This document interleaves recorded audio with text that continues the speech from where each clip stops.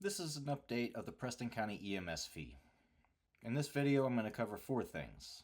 First, does the Commission have the authority to create this fee? Second, how much money does the county expect to raise? Third, would the Commission consider putting a levy on the ballot in November? And fourth, what happened with Rowlesburg Volunteer Ambulance Service and why I'm filing a Freedom of Information Act request. I'm not telling you what to think, I'm just trying to put the facts in front of the people here in Preston County so that they can understand what's going on. One of the biggest questions people ask me is, does the Commission have the authority to pass this EMS fee?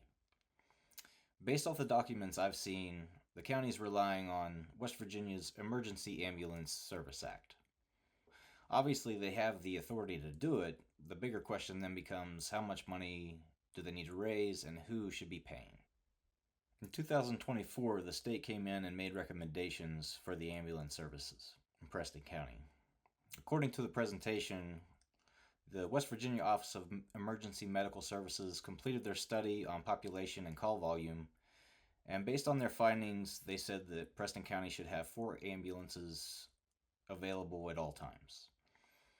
Now, this is kind of important because it is just a recommendation from what I've seen. It's not necessarily that they have to have this, but at the same time, if they don't follow through and ensure that they do this, then they open themselves up to legal liability. So I can understand why they would be implementing the fee based on that. Now let's talk about the money. The proposed fee is generally described as $90 per year for living units and business units, with a lower amount for homesteads and recreational units. We've got some numbers here: $1 million from living units, $278,000 from homestead units, $178,000 from recreational units. That's one I'm curious about. How do they determine which recreational units get the fee and which ones don't? That's something I still have questions about. Altogether, they're saying they're going to collect $1.9 million out of this, but only 80% will be collected. That's what they're anticipating. So a total fee revenue of $1.5 million from this fee. Then they're going to add $300,000 from the county budget, and they're expecting some state revenue to come in and help, but I wouldn't guarantee on that. So we'll see.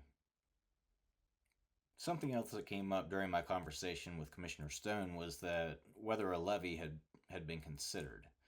At this point, they hadn't run the numbers on a levy, so we don't have a side-by-side comparison to see what a levy funding would do compared to an EMS fee. But there's still an issue here, because even if they did put a levy on the ballot, if it doesn't pass, they're still going to need that EMS fee no matter what. There's also a timing issue, because let's say the levy does pass, they're still not going to get those funds until 2028. So they would still need a short-term EMS fee no matter what. But at least then people would have a say at the ballot box. Whether that would really matter or not, I'm not sure. I'm interested to hear what you guys think. Would you all be willing to vote for a levy or not? Tell me in the comments. The last thing I want to cover is the Rowlesburg Volunteer Ambulance Service. The presentation I received stated that service was on a list of agencies in West Virginia that closed in the last 5 years. In a recent meeting, it was stated that when they shut down, it sold its assets and Preston County didn't keep anything. So that brought up an important question. How much money did the county give this ambulance service and then have it shut down and sell its assets to somebody else? I'm not saying anybody did anything wrong. I'm just interested in finding out more information about this, and I'm hoping that my Freedom of Information Act request can help shed some light on that. One important thing I did want to mention is that Commissioner Stone stated there would be internal controls moving forward for agencies that receive EMS funds. In other words, if an agency receives county funds for EMS and then closes down, Preston County will be able to go after those assets and funds and try to receive them back. So where does that leave things? The county appears to have legal authority to create the special EMS fee. The county says EMS coverage is stretched thin. The state reportedly recommended 4 staffed emergency ambulances for Preston County. The county expects the fee, county contribution, and possible state funds to generate about $2.1 million.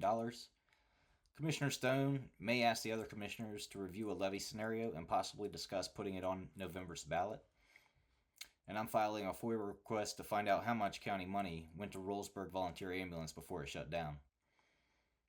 So I want to ask Preston County residents here, if the records show that we don't have enough reliable ambulance coverage, and if the finances show that EMS agencies cannot keep up under the current system, what would you support? Would you support an EMS fee? Would you support a temporary fee while the voters consider a levy? Would you support a levy instead? Would you reject both? Or do you need more information before deciding? So let me know in the comments, and if I get more information back, I will update you all as soon as I can. Thanks.